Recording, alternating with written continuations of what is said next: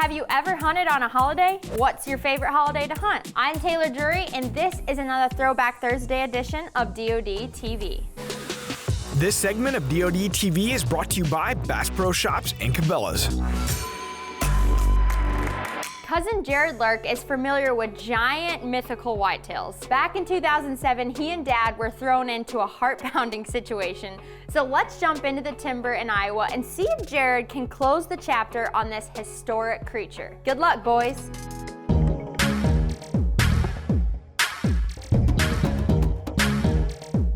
We tell the wildest stories.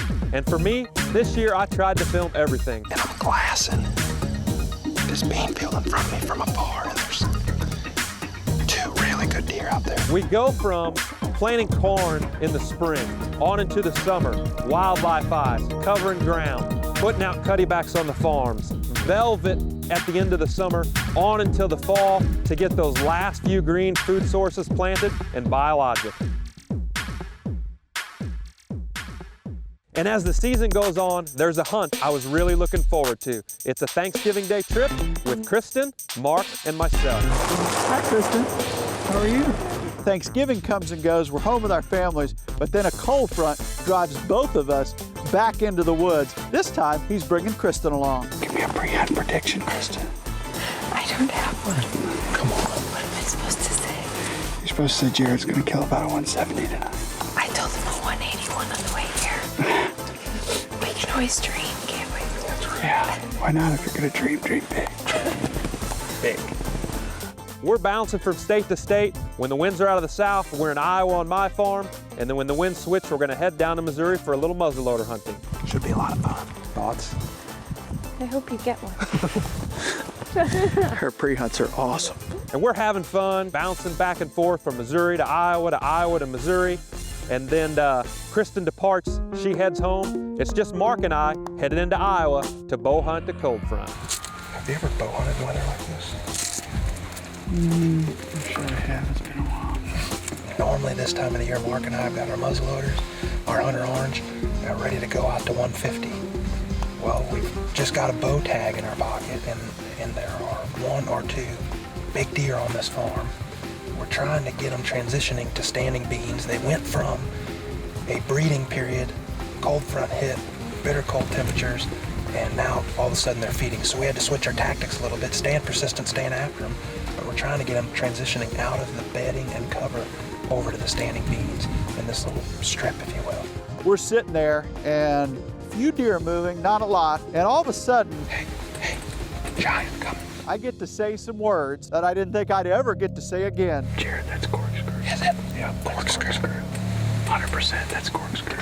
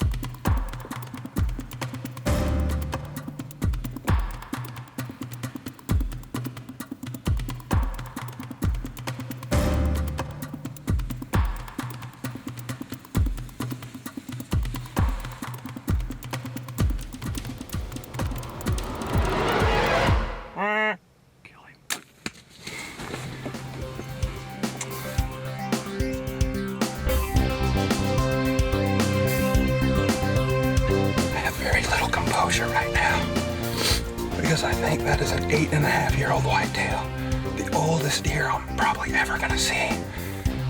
More or less a mythical creature the last 3 years we've been looking for him. Hunters have known about him. We nicknamed him Corkscrew. Passed him as a 5-year-old because we felt he was gonna net boon as an 8-pointer the next year. Lo and behold, we lost him. As a 6- and 7-year-old, he completely disappeared. Had no idea where he went. Stupidest decision we've ever made. And then out of nowhere, we find his match set of sheds right here this year. No wildlife eye, no trail cameras, no velvet footage, nothing. And he shows up out of nowhere. 8.5-year-old whitetail, giant, oldest deer, big deer, a mythical creature. We've been after him for 4 years, hard, and he just took it.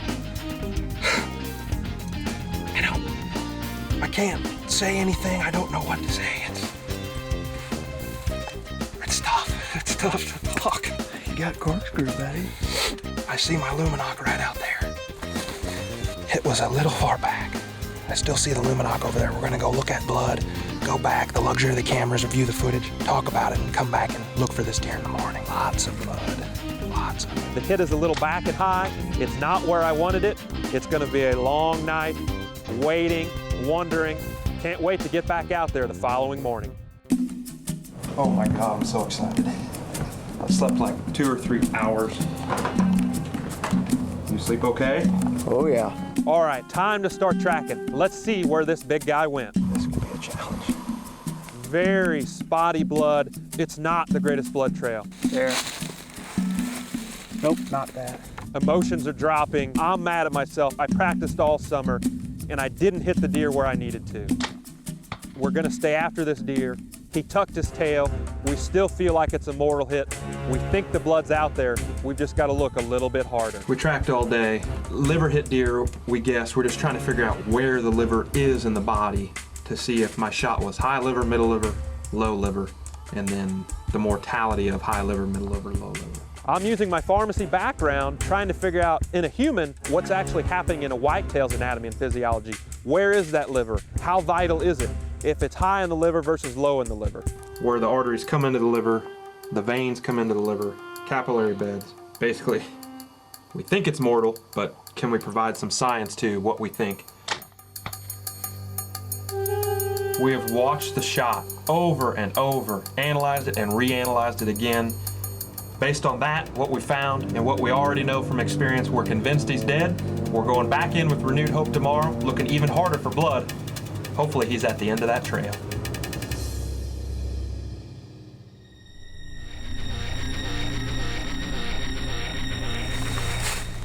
Where'd he go from here? I don't know. We're into our second morning of tracking. We tracked all day yesterday and we took the buck about 400 yards, typical liver hit deer, droplet by droplet, thumbnail size. And it has been a long, long, laborious track job. We're in day 2. Yeah, that's blood. Hey, hey, dead deer right there, buddy, dead deer! Oh, Jared. Oh my God. Let's go get it. Come on. Longest track job ever. Put her there, Jared, put her there, buddy. We did it. Oh my God. We did it. Oh my gosh, look at this thing. Wow.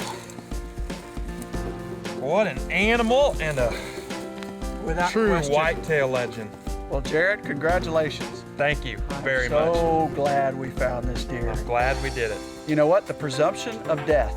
I mean, we knew where that hit was. We said liver. We got to keep pushing. And sad to say, it took us 2 days, but we found the deer.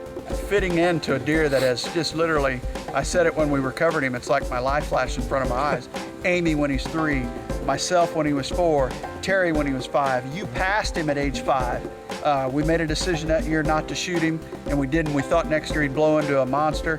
He walked out of our life literally 3 years ago. 3 years ago, late December. Late December, walked out of our life, and I was Haven't convinced seen he him was since. dead. He was gone. We couldn't find him when he was 6, couldn't find him when he was 7.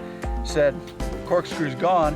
And then lo and behold, Josh Hopkins finds his sheds this spring in May, About 600 yards away on this food plot, match set. right where you killed him.